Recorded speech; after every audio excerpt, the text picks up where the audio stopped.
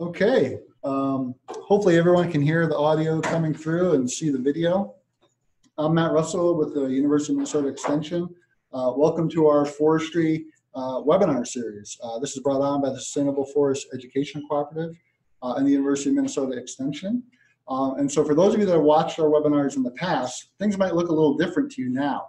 So this is our first time using Zoom, the webinar management system that the University of Minnesota is now using. It looks like everything came through. We did a couple of sound checks earlier and everything worked. The video is coming through fine. The audio is working fine. But please let us know if you have troubles either hearing the audio or seeing the video that comes through. Things are very similar. If you joined our webinars in the past, the thing that we encourage folks to do during the webinars is to post questions in the chat area. And so as you're in the Zoom system, at the very bottom, you should see a list of options, and one of them is a little call-out box, and it says chat. And so right on the bottom of the screen, click in there, type, enter the chat area, and then if you have a question for our speaker, we'll relay that question to her as we go throughout the day this afternoon. And so again, type all the questions you have in chat, and then we'll relay those. And you should have a couple options there. If you send the message to all panelists, so as you click in chat, send it to all panelists, and that'll make sure that we get those questions and we can relay those to Stephanie.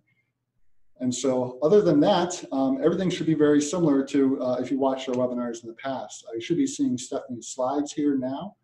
As we go through the slides, you'll see them advance to the next slides. And again, we'll try to have a convenient pause or two for questions. And again, really rely on you if you have questions to enter them in the chat area. And so otherwise, toward the end of the webinar, we'll have a form for the continuing education credits, and then a feedback form. So hang on the line for those later in the webinar. And again, encourage you to ask questions. With that, I'd like to introduce our speaker for this afternoon, Dr. Stephanie Snyder. So Stephanie is with the Northern Research Station in the Forest Service here on the St. Paul campus at the University of Minnesota. She's in the green building, as we say, the USDA building right next door to Green Hall. And so Stephanie's really tasked today with talking and sharing with us some of the research that she's done about family forest landowners. We know that family forest landowners are a significant part of Lake State's ownership across our forests.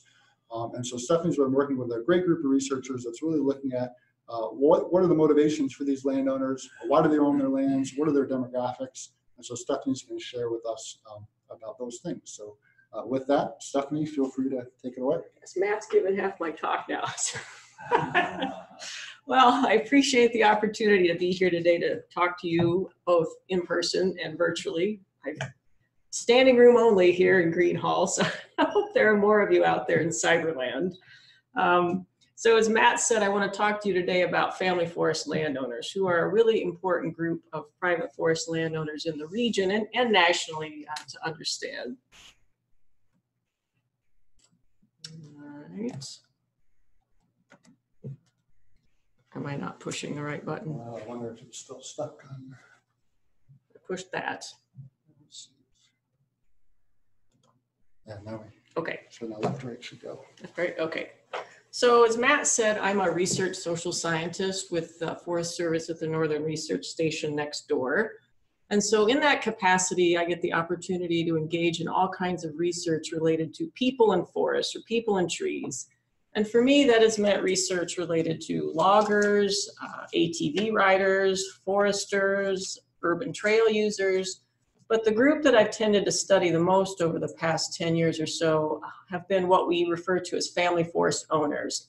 And when I say that term, I mean forest land owned by individuals or families. So I'm not talking about corporate land or tribal land or land owned by like conservation clubs or hunt clubs or things like that. I'm really just talking about families and individuals.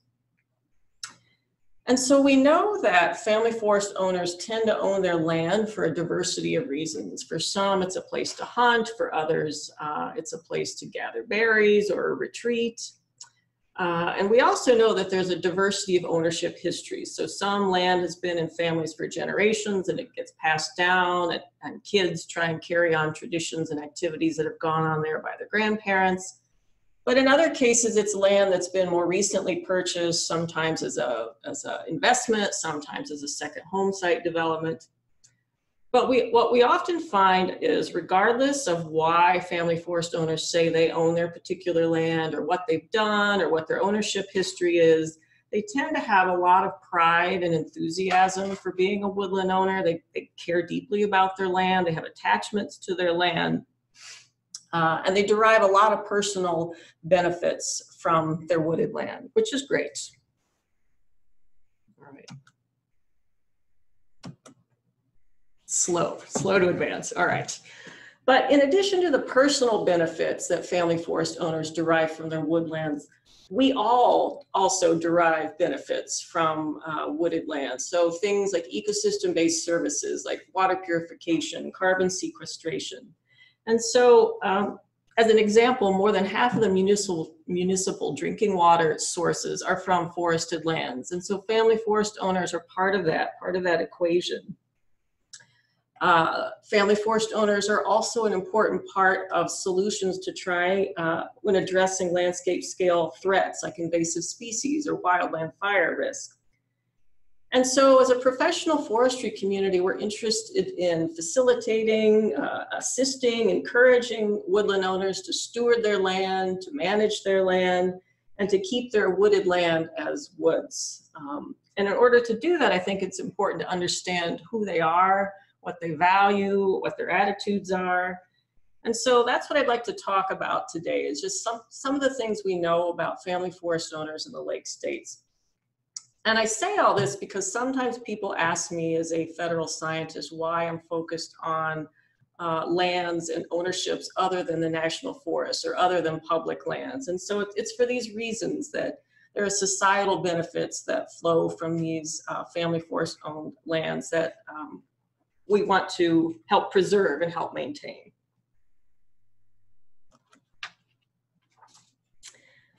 So as part of my work, I'm a member of what's called the Family Forest Research Center. That's a joint research initiative between the Forest Service and the University of Massachusetts at Amherst. It's located in Amherst and it's headed up by Brett Butler. These are some of my colleagues there at the Research Center. And so a lot of what I'm going to talk about today is data derived from a mail survey that is administered through the Family Forest Research Center, known as the National Woodland Owner Survey. And so I just wanted to acknowledge my colleagues here who do the work of administering the survey and collecting the data that I'll be talking about.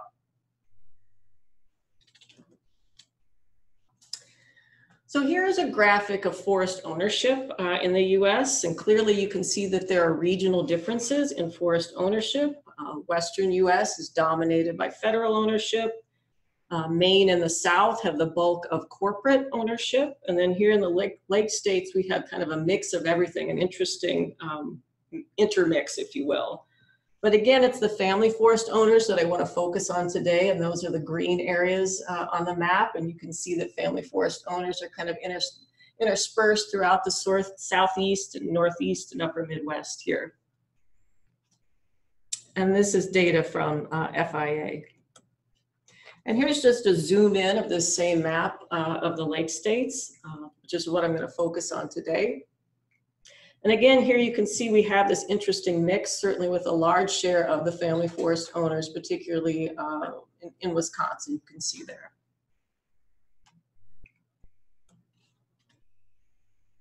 All right, so here's my fancy graphic. So these are some numbers that we invoke every time we want to talk about how important family forest owners are in the US. There are 816 million acres of forest land in the US. Of that, 58% is privately held, and of that privately owned land, 61% is owned by family forest owners.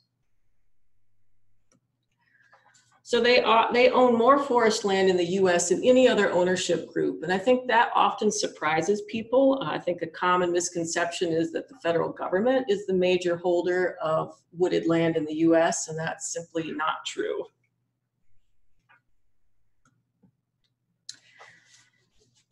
And so we see that this same dominance of family forest owned land in the lake states holds up here as well. So family forest owners are the largest ownership group in the region. They control around 45% of the forest land in the lake states. And that's around double the percent of the next largest ownership group, which is state-owned wooded lands. And so given this dominance on the landscape here in the lake states, they're an important group to understand and to encourage in stewarding their wooded lands. Certainly we aren't going to be able to achieve any kind of landscape scale goals for the woodlands in our region without some participation of these family forest owners. In the Forest Service, we've been emphasizing this new management paradigm called all lands approach to forest management. And I think this graphic helps underscore why we have that approach, why it's necessary, why it's important, and why the national forests just aren't managed in isolation. So as I said, I'm going to present some data today from the National Woodland Owner Survey. That is a national, ongoing, long-term mail survey of private forest landowners throughout the U.S. It's administered by the Forest Service's FIA program.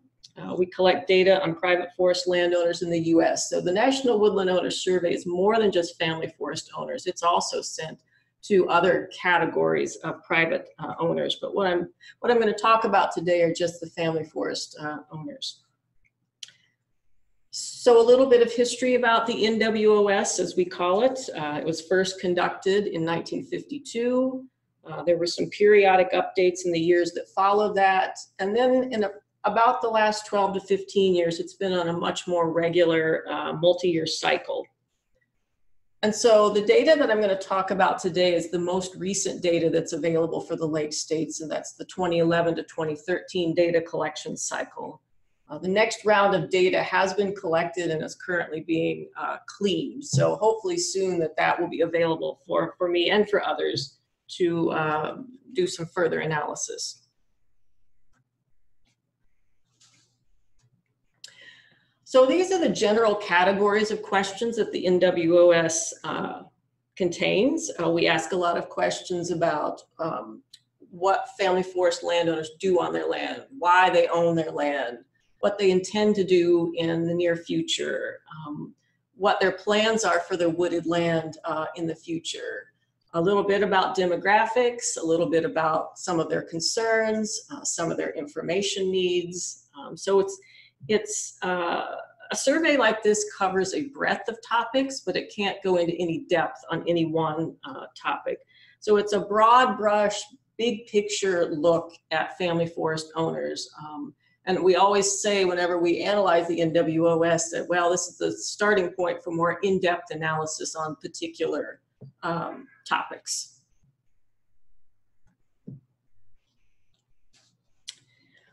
So these are the numbers of the statistics associated with family forest holdings in the lake states. For these particular estimates, the very small acreage ownerships of less than 10 acres have been removed.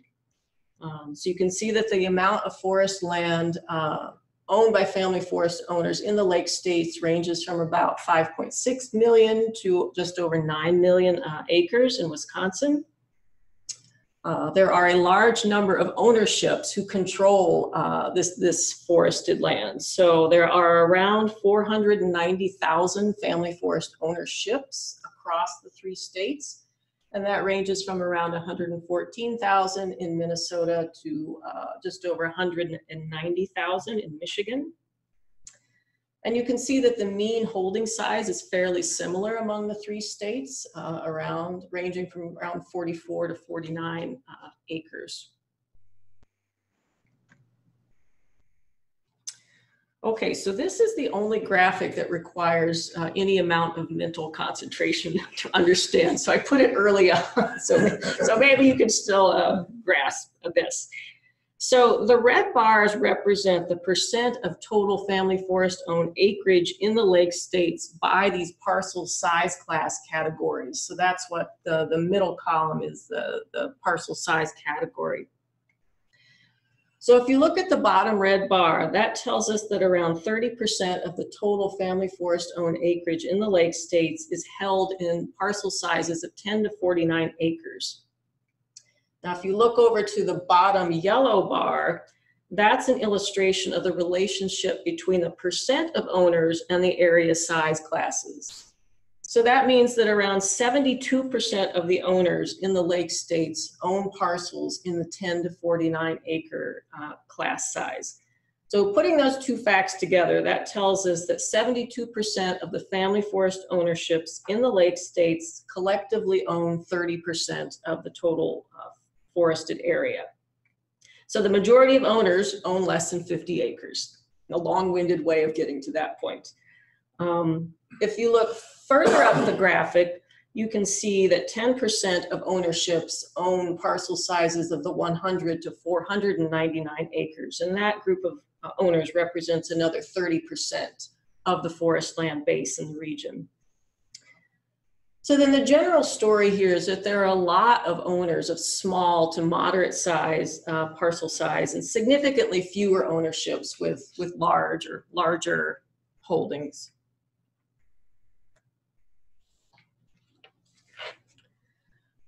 So this graphic is a distribution of the number of owners. And so the majority of family forest ownerships in the region are controlled by two owners, so just over 60%.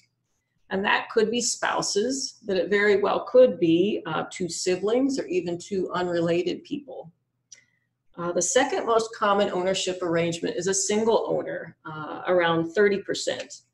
And this segment, the single owner ownerships, interests me a lot. And I say that because they could represent two very different types of owners. On one hand, if you only have one owner, you're not going to have anyone to disagree with. Presumably, you should be able to do what you want on your land. And so that might suggest that single owner ownerships might reflect more active owners. On the other hand, single owners could be widows or widowers. So in that sense, they may be older. They might suddenly find themselves in the role of sole owner and decision maker when they might have been part of a two-owner cohort and used to relying on the other owner, perhaps a spouse, for decision making. And so therefore, these single owner ownerships might represent a less active or even inactive group of family forest owners. And then you can see that only around 10% of the ownerships have 3 or more owners. And there's one idea, or one hypothesis in the literature that says that the more owners a piece of land has, the more potential there is for conflict and decision making about what to do with that land. And therefore, the lower likelihood of coming to agreement to do things. And so a question we could ask is, are ownerships with more owners doing less on their land? Are they less able to come to agreement on their land? And so, for instance, when land gets bequeathed from a couple to, say, 3 children, does that make it harder for that land to be managed, for land to be stewarded? And so a question that I'd like to explore further in the future is what that relationship is between the number of owners in an ownership group and the types of activities or the frequency of management that occurs on family forest land. And I'd also like to understand whether that distribution in the number of owners changes through time. So do we see an increase in the number or the percent of single owner ownerships going from the 2 owner ownerships? And or do we see an increase or a movement from single owner ownerships to 3 or more ownerships as perhaps a remaining owner, a widower bequeaths that land to multiple children? And so if any of you have insight on this topic, working with groups of family forest owners, I'd love to talk to you more about that, because that's really a research question of mine that I'm really interested in exploring. All right, so the survey asks people to rate the importance of 16 reasons for woodland ownership. So I was thinking there'd be more people actually sitting here. So those of you out in cyberspace are going to have to talk to yourselves. Anyone want to guess what the top rated reason for woodland ownership is in the region? You can just shout it out. Wildlife. Anyone else? Recreation. All right, well, yes, Dave was pretty much right. So it's wildlife, ownership for wildlife habitat. So there's the list. Okay, so the list this list represents the percent of woodland owners who rated a reason as either very important or important. And so provision of wildlife habitat and protecting the beauty or scenery associated with their woodlands are the two most commonly reported ownership reasons among the Lake States owners. So approximately 80% said that these were very important ownership reasons for them, with protection of nature and privacy, personal privacy, also highly valued by around 2/3 of the ownerships. Now, as I said, they were asked to rate 16 ownership reasons, and I'm only showing the top 10 here. Anyone want to guess where ownership for timber products fell? 14. 14. 11. Not quite last, bottom to the last. The least important reason was ownership for non-timber forest products. Ownership for timber products such as logs or pulpwood was second to the bottom, with 18% of the Lake States owners indicating that was important or very important to them.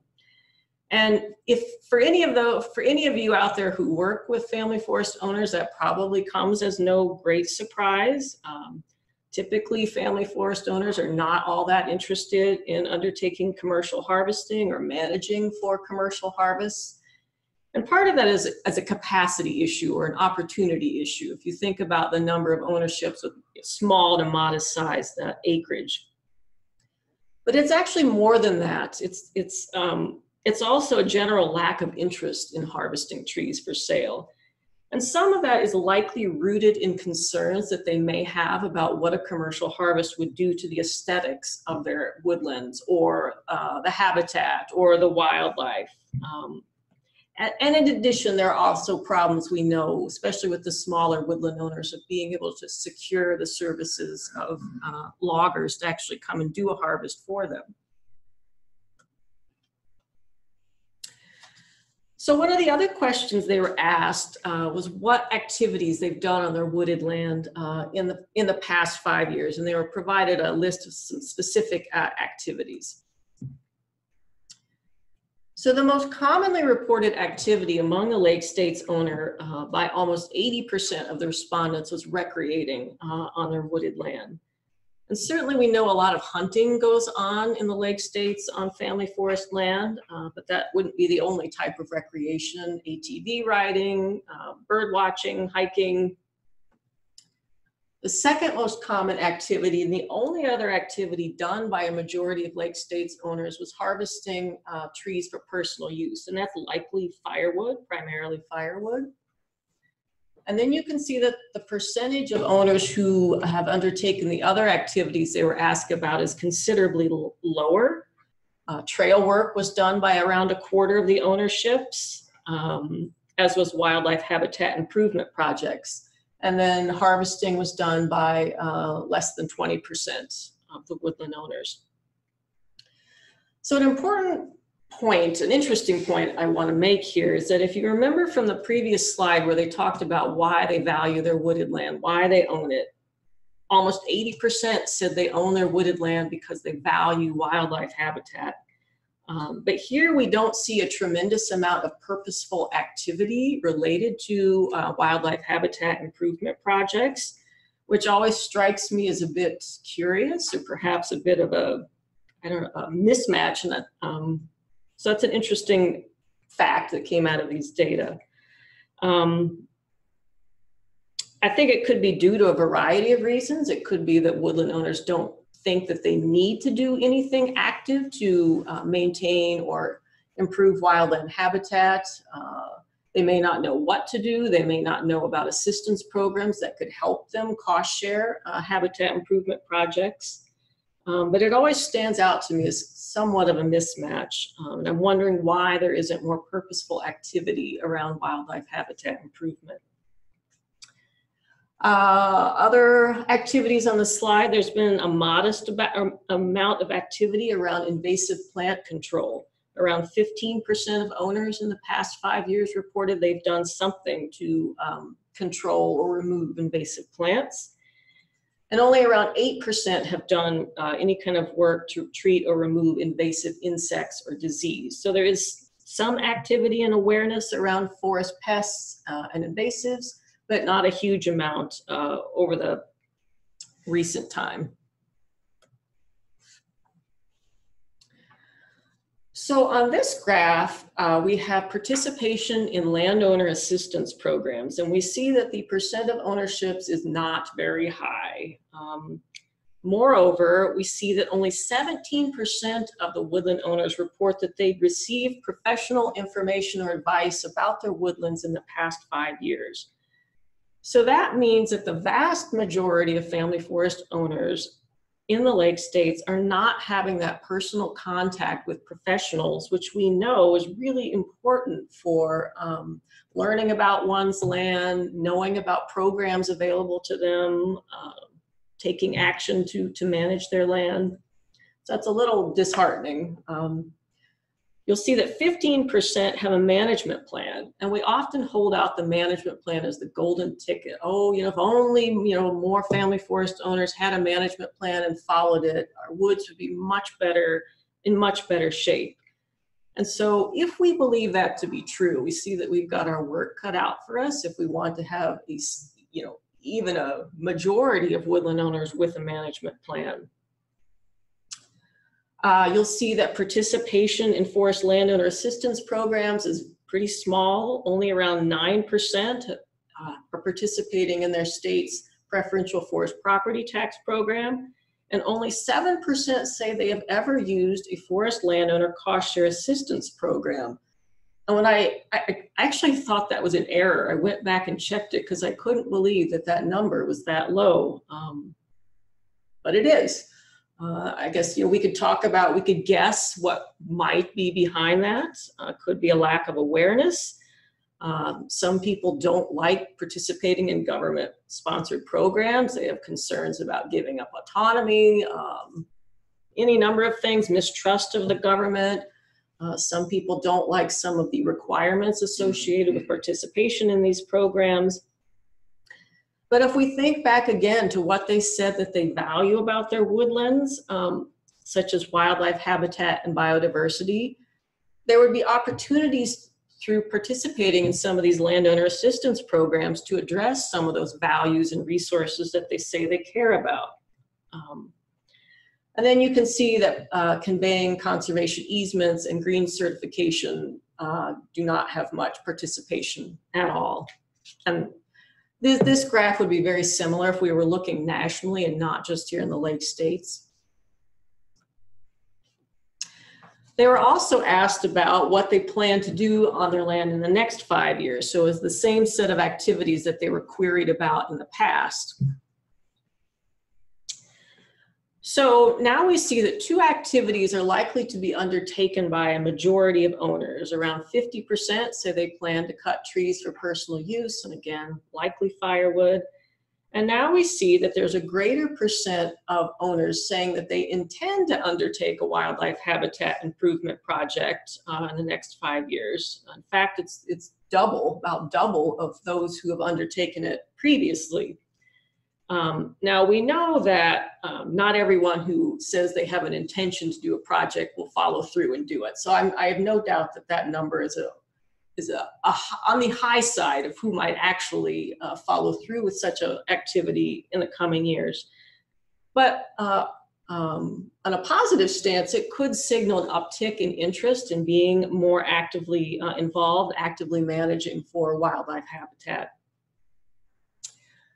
37% say they have plans to do some kind of trail work. Now, for those of you who might be forest health specialists, that might be a little concerning to think about what all that trail work might mean for the potential introduction and spread of invasive species, because we know that opening up interior forest for trails, or even just using existing trails as transportation corridors, recreation corridors, can be a vector for the introduction and spread of invasive plants and insects. Around a quarter now say they have plans to undertake invasive plant management and control activities. So more family forest owners are considering that than have done it in the past. Again, it may be an indicator that invasive plants are becoming more prevalent on the landscape, that people are more aware of them, or they're more concerned about them. And then interestingly, around 18% say they have plans for a commercial timber harvest, which is exactly the same percent who've done it in the past. So these other activities, we all see there are increases in the percent who intend to do them. We don't see that on commercial harvesting. The percentage just is static. One thing I want to point out about the invasive plant activity. So of those who indicated they had undertaken activities to treat invasive plants in the past 5 years, 83% of those people will have plans to do repeat treatments. So perhaps that's encouraging in some sense, that landowners recognize that it's more than a one-time activity, but of course, perhaps that's discouraging because it is more than a one-time activity. And I think it's important for anybody who has tried to tackle landscape scale problems like invasive plants to know that a sustained effort really is required. So they were provided a list of 15 topics and asked to rate how concerned they were about each of these topics in relation to their wooded lands. And so I'm going to have another little quiz here. Anyone want to guess what the top rated concern was among woodland owners?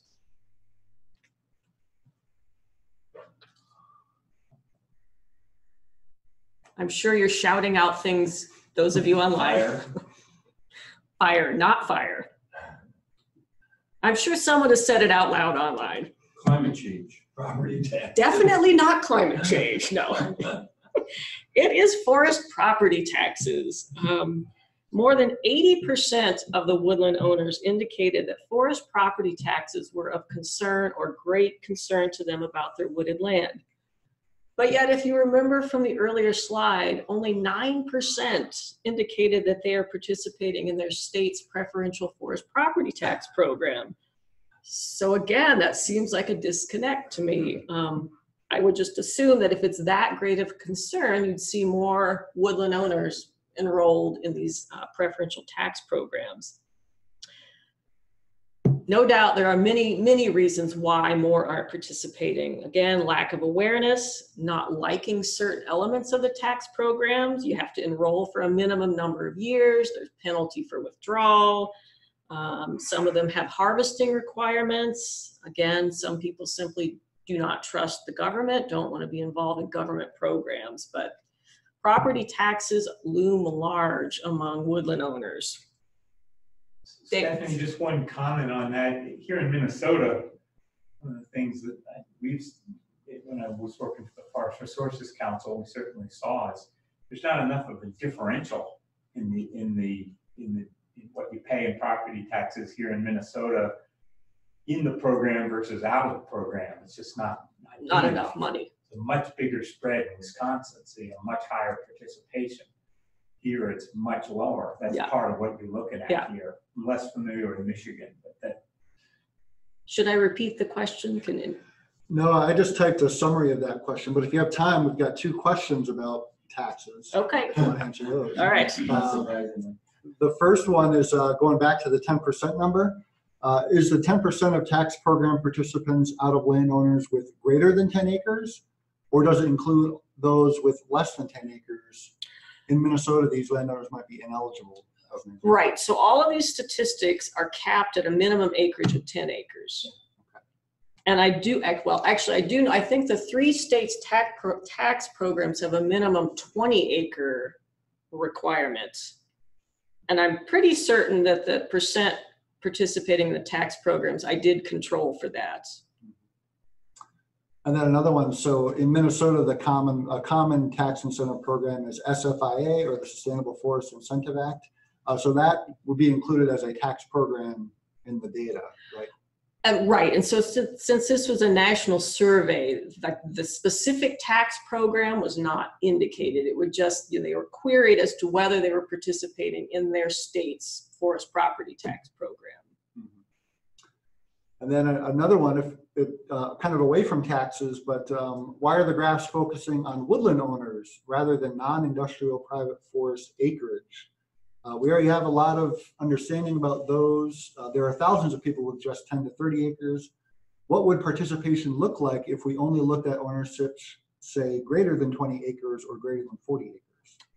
Yes, that is a good question. So this is one way of looking at the data based on the people, based on the ownerships, but certainly it could be parsed in another way where we're focusing on the percent of acres enrolled in a program or any of these other activities.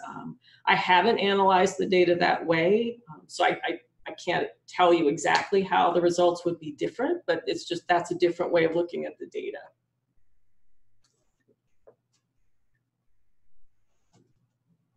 Onward? Yeah. All right, so here's the top 10 lists of concerns. So if, aside from forest property tax, approximately 3/4 report being very concerned about trespassing or vandalism, which surprises me a little, but we know that 42% of the owners in the region are absentee, or at least have their primary residence more than a mile from their wooded land. So it could be that since they're not there on site all the time, that could be contributing to a lack of possibility of people trespassing. Also in their top 4 concerns is this concern about being able to keep their land intact into the future. So this is likely related to concerns about forest property taxes, perhaps advancing landowner age, perhaps lack of succession planning, estate planning, maybe not having a younger generation interested in taking over the wooded land. You'll see the insects now ranks pretty high as a concern, around 69%. If you think back to the slide of the activities that they've done, there's very little activity currently related to invasive insect treatment or control. So this high level of concern could be an indication of growing awareness of infestations, perhaps growing visibility of insects on the landscape. And also it might be a topic of that woodland owners would be receptive to by outreach professionals, but have very little current knowledge about. And I think that a key to encouraging, facilitating family forest owners to take action on their land is to try and provide explicit linkages between the values they care about, between their ownership reasons. So they tell us they care about aesthetics and habitat and wildlife.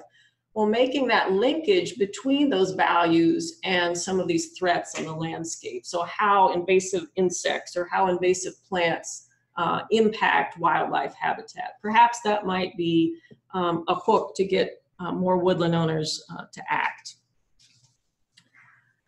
They were asked about what type of programs or policies would be useful for them. Again, property taxes. So 62% said that more favorable forest tax policies would be beneficial to them. So that suggests that they're looking for other ways to alleviate their tax burden than participating in the current forest property tax program. So that kind of gets to what Dave mentioned, that maybe the payment levels aren't currently high enough to offset the hassle of participating in kinds of programs like this.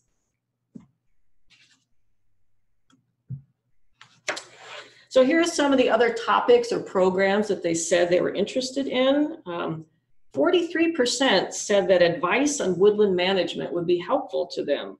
So that's great. Apparently there is a willing, interested cohort of woodland owners wanting information on how to better manage their woodlands. And that's great, considering, if you remember from the previous slide, only 17% have received professional advice or information in the past 5 years. So you know, again, the 42% or 43% say this would be of interest to them. It doesn't mean they would actually follow through and work with, contact a professional, forestry professional, but I think it's perhaps an optimistic signal. Similarly, around 42% said they're interested in information on how to transfer their wooded land to the next generation.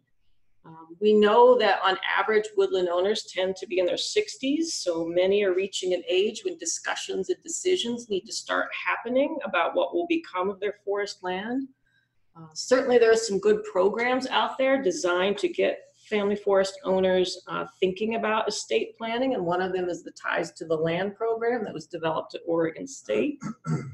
But I think this issue of land transfer and estate planning and succession planning is a really important one that we as a professional forestry group need to be thinking about and helping woodland owners think about.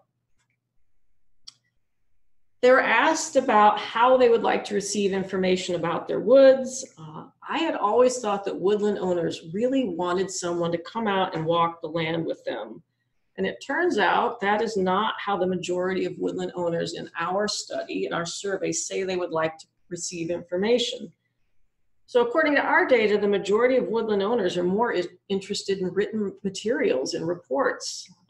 And that surprises me a bit, that it isn't that personal connection with a forester or an extension agent. You'll notice at the bottom, workshops, not terribly of interest to woodland owners. And again, I think that surprised me a little bit, that it's not that face-to-face interaction, perhaps peer interaction, maybe even hands-on work that would be of interest to woodland owners, but workshops really did not come out of great interest here. They were asked to think about what their hopes were for their wooded land when they can no longer own it. So while only 15% of the ownerships say they are extremely likely or likely to sell or give away their wooded land in the next 5 years, that still represents roughly a change of 73,000 owners. Half of those owners who said they do intend to transfer their land soon anticipate it will go to their children, but then the other half either have other plans or they don't know. So regardless, what this says to us is there's going to be a new segment of family forest owners in the coming decades. Some may be entirely new to woodland ownership. Some may inherit it from their parents or grandparents and seek to carry on traditions. But no doubt, with these new owners, there'll be new values, there'll be new attachments. And so I think it will be interesting to see as these woodlands, or when these woodlands change hands, again, whether the number of owners in an ownership changes, and if so, whether or what implications that has for management. So we see among woodland owners in the Lake States a strong desire to maintain their wooded land into the future. Almost 70% strongly agreed with the statement that they want their wooded lands to stay wooded. It just seems like factors such as property taxes, development pressures, perhaps need for money for education or medical expenses, sometimes get in the way of this stated desire to keep their forests forested. Just one slide about demographics.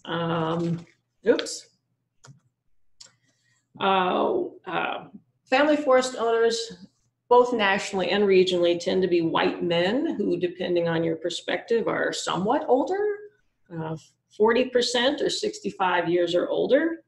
And again, this profile is pretty common among family forest owners nationally. So I just want to switch gears here a little bit at the end. I've already mentioned some of the concerns or drivers that are influencing family forest owner decisions and behaviors, those being things like forest property taxes, the need for succession planning, and I just want to briefly highlight a couple of others. One of them is parcelization. And that's the process by which larger pieces of forest land are split into multiple smaller ownership units. And so that's a common outcome when you have property tax pressures. Owners may split off and sell off portions of their forest land, which may or may not remain forested. Parcelization has been found to be a forerunner to forest fragmentation and development. And even if or when the forest land gets parcelized, if it isn't developed, you're going to end up with more owners and smaller holding sizes, and that brings some issues. Research has found that the smaller holding size you have, you end up with more restrictions on recreational access, more owners you have to deal with to seek permission from if you want to hunt on their land or access a trail through their land. As well as reduced harvesting activity as parcel size declines. So this is some national data from the National Woodland Owner Survey. We know that size of woodland holding matters when it comes to activities that landowners engage in. So this graph illustrates that the likelihood of these different activities declines as parcel size decreases. These include things like obtaining a management plan, participating in cost share assistance programs, receiving professional and management advice. And so I just show this to amplify the impacts that increasing parcelization could have on management activities and participation, why it's an issue of concern. I also just briefly want to mention the challenges and the impacts that invasive insects and plants pose to family forest owners and those who work with them. We know that invasive plants are a problem because they tend to aggressively compete and outcompete native plants, and as a consequence can displace them. And that has a number of consequences: loss of biological diversity, adverse impacts to forage and habitat, diminished recreational opportunity. And so again, these are, they impact the features and the attributes of the woodlands that the family forest owners tell us that they care about: recreation, aesthetics, wildlife.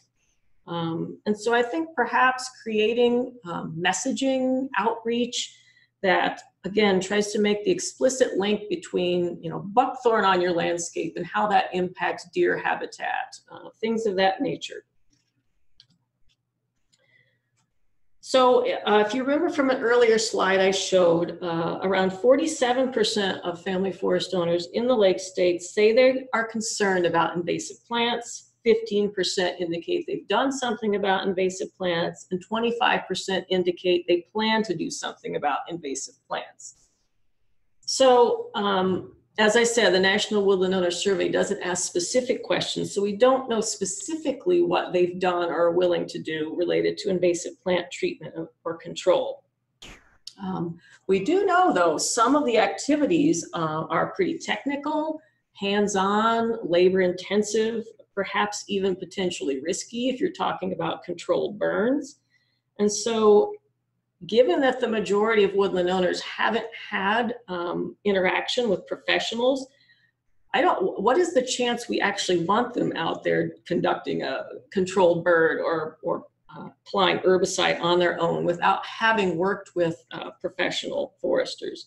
And so this is a question like we really want to drill down into and understand more about what the specific activities woodland owners have done or willing to do relative to invasives. So just to conclude, the majority of wooded land is under the control of family forest owners in the Lake States and nationally, and so their actions or inactions matter. Forest property taxes are obviously a big concern to woodland owners in the Lake States, but the current forest property tax programs don't seem to be of great interest to many of them currently. I think this concern about forest property tax is intertwined with concerns about estate planning, their ability to pass on their wooded land to next generations.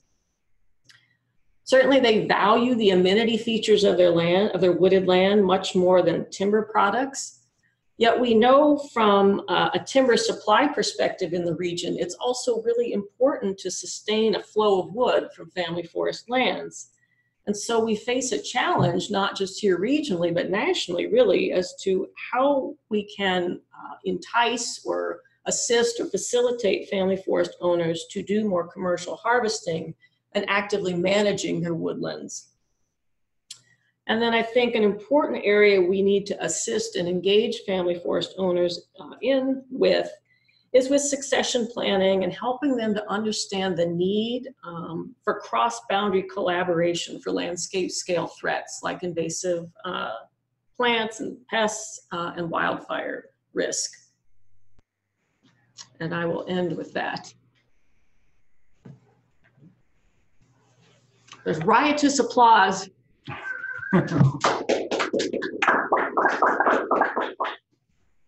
Well, thanks, Stephanie. We encourage you. We have some time for questions. If you do have questions, enter them into the chat area. And if folks here in St. Paul have questions as well.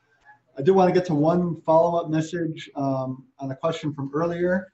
A person is saying, I'm a private lands forester. I really need to work with the landowners, but the real motivation is working with acres under forest management, not necessarily the number of forest owners. So I'd like to see the same analysis done, focusing on the more viable ownership sizes of greater than or equal to 20 acres and greater than or equal to 40 acres and 80 acres. So a comment there about a follow-up to a previous question. Duly noted. Duly noted, great. Another one, I noticed that climate change didn't make the top 10 list of concerns. I'm not surprised. Out of curiosity, where did it rank out of the total? And then a comment kind of as a follow-up, despite the low attention to it, it looks like landowners are concerned about issues that may be influenced by climate change, like invasives, insects, wildfire, either now or into the future. Yes, excellent point. I don't remember where exactly climate change concerns fell on the list, but it was certainly low down. And I completely agree that the concerns that people have related to invasives and forest health are definitely influenced by climate and other risk factors, but I don't think that climate change is probably the right messaging framework for family forest owners. Yeah, one number that jumped out at me that you didn't emphasize particularly, but you said, if I recall right, 18% of people have harvested timber on their land, or I'm not sure I'm phrasing that right, and about another 18% intend to over the. Yet there was another slide you showed that had 27% thought it would be beneficial if there were higher timber prices. You know, yes. That part of that implies that part of the reason they're not harvesting is the timber prices are too low for them to initiate a harvest. And I think these are data from 11 to 13. Yeah. If you're looking at more recent data, I think that would be accentuated. You know, at least up till, I don't know about the last couple of years, but you know, timber prices were depressed. Private land harvest had declined precipitously here in Minnesota over the last decade or plus, you know, there's in terms of more management, more timber flow, timber prices are critical. Yes, and that's got to do with global competition vis-a-vis the forest products industry here, you know, across the lake states, but certainly nationally in a global context. Maybe you could speak to that a little bit in terms of, do you have any insights? Well, I was going to pose a question to you. I mean, do you think that given timber prices over the last 5-6 years, that would have enticed more harvesting? I'm not sure what the timber prices. Let's ask Charlie. Charlie. They kind of plateaued. It plateaued. Yeah. They slumped considerably compared to say 25 years ago. Yeah. And you have something like a half as much timber being harvested in Minnesota, not just off family forest land, but I'm talking private land overall, which includes the corporate and the tribal and the, you know, but those are relatively small percentages here, you know, that are tribal and whatever Yes. in terms of harvest. It's you know, that there's a huge need here to address providing more incentives for family forest landowners to harvest, and money is the key. You know, having reasonable timber prices. So, you know, there's some bigger policy issues at play here rather than just private land assistance programs. That's not going to do it. Never hasn't for my decades of my career. We need to be looking bigger picture in terms of making the forest products industry viable and more competitive. And certainly, like you said, price is part of it, but that's not the only thing. Not all family forest owners will be enticed or incentivized by higher they won't prices. But some will. Some will. It's the trick of how do you find those particular ones, and what's the price point that's enough to get them to harvest. I think the commenter earlier from online is saying, you know, focus on those owners with higher amounts of acreage. And you know, who are more likely to have management plans. Your data showed all that. You know, how do you get to those owners? And it seemed like a great opportunity for private consulting foresters who can focus on that. Yes, indeed. Do you have any idea how many landowners harvested to improve wildlife habitat as their main priority? We don't know that from these data. For example, that's why I harvested my land. I didn't even care about the money. You know, I was paid, which was nice, but that's not why I did it. Yeah, so like I said, there's so many more specific questions we'd like to drill down into, but we just Rough Grouse Society, Minnesota Deer Hunters, and the DNR put on 2 forest management seminars last winter, and they invited their members, and we got a good turnout. I spoke at both of them, and there were a couple hundred at the 2 workshops. So I mean, the private conservation groups are keying in on this, and they're gonna do more of them. And this one was targeted at absentee landowners living in the Twin Cities, own up north. So then timber prices, did that not matter to you if you were? To me? Yeah. No. That was no. See, Exhibit A. Well, sure. Yeah. That's true. I think you're not unusual in terms of certain landowners with wildlife as their main objective. And I don't get the taxes, because the taxes are in Minnesota, at least in Carlton County, are cheap. It's nothing. In fact, I just signed up for a 50-year SFIA, and they pays me a couple $100 more per year than my taxes cost, which are like $500 some bucks a year on 44 acres. I mean, it's nothing. I don't really understand why people are so worried about taxes. My God, I wouldn't have bought it in the first place if the taxes were that high. Go to Wisconsin, you'll see why. Yeah, so it looks like higher in Wisconsin. Way high. Really? Well, Oh yeah, way triple that or double or? Can't speak to percentages. Much huge differential in their tax program and way more participation as a result of that by private landowners. Gotta love Minnesota. We've got a question online about, and this is a good one, maybe someone that gets the survey and they fill it out, but maybe how this might impact the results. So what if that landowner doesn't really have the skill sets to understand what forest management is and what the opportunities might be? What are your thoughts on, you know, those surveys being filled out by people, or maybe not being filled out by people that just don't understand woodlands and forestry in general? Right, I mean, that's always going to be a problem when doing any kind of survey research. The language of the NWOS is written supposedly at, I want to say, an 8th grade level. I don't know, that's around that. So it tries to use general language as possible. In the instructions, it asks that the person who has the most knowledge about the woodland, who's most involved in the management decisions, be the one to fill it out. So, you know, that's the best that we've been able to do with the survey. But of course, yes, there's going to be limitations and biases by people who may have no knowledge of the woodlands, no idea of what it means to be a woodland owner or woodland manager, who simply choose not to fill it out. Other questions, comments from the room or online?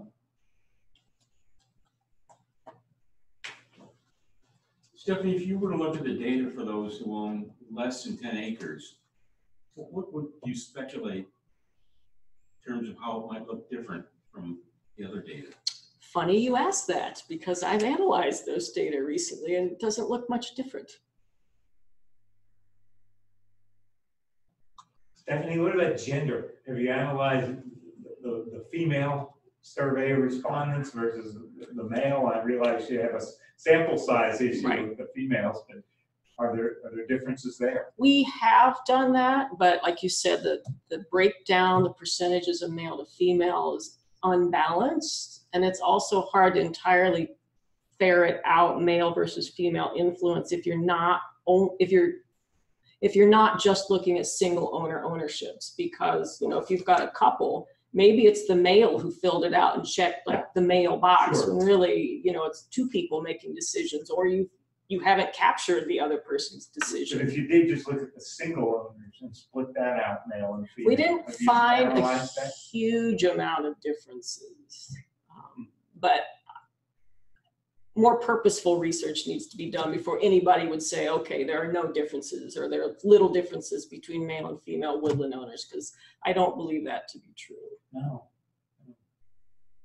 And as we start seeing this turnover in ownership, I think we're starting to see a slight increase in female ownership. And so it may be getting to the point where we can do some better analyses and start trying to see if there are statistical differences that we can discern. Other thoughts, questions? Well, if not, we'll sign off now. A brief reminder, I think Madison Rodman just sent the link, and maybe she can send it again for the continuing education credits. So do fill that out if you want those. And then I want to invite you to next month's webinar. That'll be on Thursday, September 19th. So these are usually held on Tuesday, but next month will be on a Thursday. And then we'll be with Eli Sagor with SFPC, and I'll talk about on-the-job experimentation, how to learn more from your daily woods work. So I'm looking forward to that one, I know as well. And so with that, we'll sign off. We'll thank Stephanie again for her time. And as a brief reminder, we'll follow up with an email to anyone that registered with a recording link to what we heard today, and then also a list of resources as well. So thanks again for joining us, everyone.